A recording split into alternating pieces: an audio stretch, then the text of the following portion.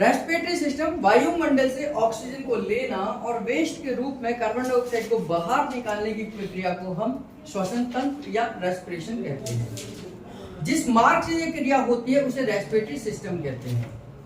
Respiratory system में, क्योंकि system की बात करें तो यहाँ बहुत सारे ऑर्गन्स का इन्वॉल्वमेंट हो जाता है, जिसमें से नोज यानी कि नाक द्वारा ही हवा शरीर के अंदर जाती है, जिसे हम श्वास लेना कहते हैं। इसमें दो छेद होते हैं। आपने देखा होगा नाक हमारी बीचों बीच एक दीवार से डिवाइड हो जाती है, इसमें हम सेप्टम बोलते हैं। हार्ट में भी हमने सेप्टम बोला था कि हार्ट को लेफ्ट और राइट को कौन डिवाइड करता है? सेप्टम डिवाइड करता है।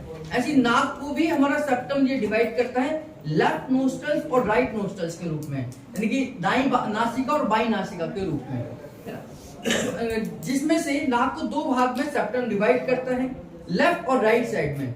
लेफ्ट साइड के स्वर को हम चंद्र स्वर कहते हैं। चंद्र स्वर का मतलब ठंडा स्वर कहते हैं। लेफ्ट नोस्ट्रल्स को हम चंद्र स्वर कहते हैं। यानी कि अगर हम केवल लेफ्ट से ही श्वास लें और लेफ्ट से ही निकालें तो क्या फर्क होगा? आपकी बॉडी के अंदर ठंड बढ़ेगी। यानी कि आपकी बॉडी को, अगर आपको बहुत ज्यादा गर्मी लग रही है,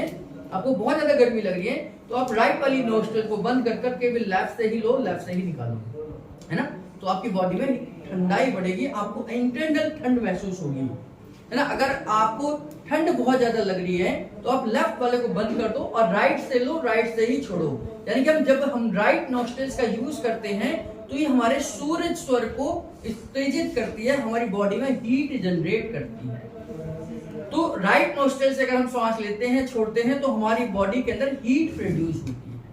ये चंद्र स्वर और हमारा सूर्य स्वर के रूप में लेफ्ट और राइट डिवाइड होता है।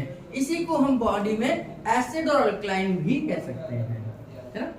आयुर्वेद में से चंद्र स्वर और सूर्य स्वर बोला हमने, योग में इसे बोला, और इसी को हम न्यूरोथेरेपी में या मेडिकल साइंस में उसे एसिड और अल्कलाइन बोलते हैं।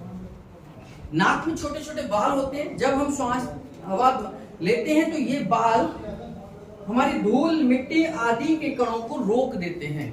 हम कहते हैं कि हमारे ये जो नाक के अंदर बाल हैं, ये हमारी सुरक्षा दृष्टि से बनाए गए हैं। जब हम श्वास लेते हैं तो ये हमारी हवा इन बालों से टकराती है। जैसे अगर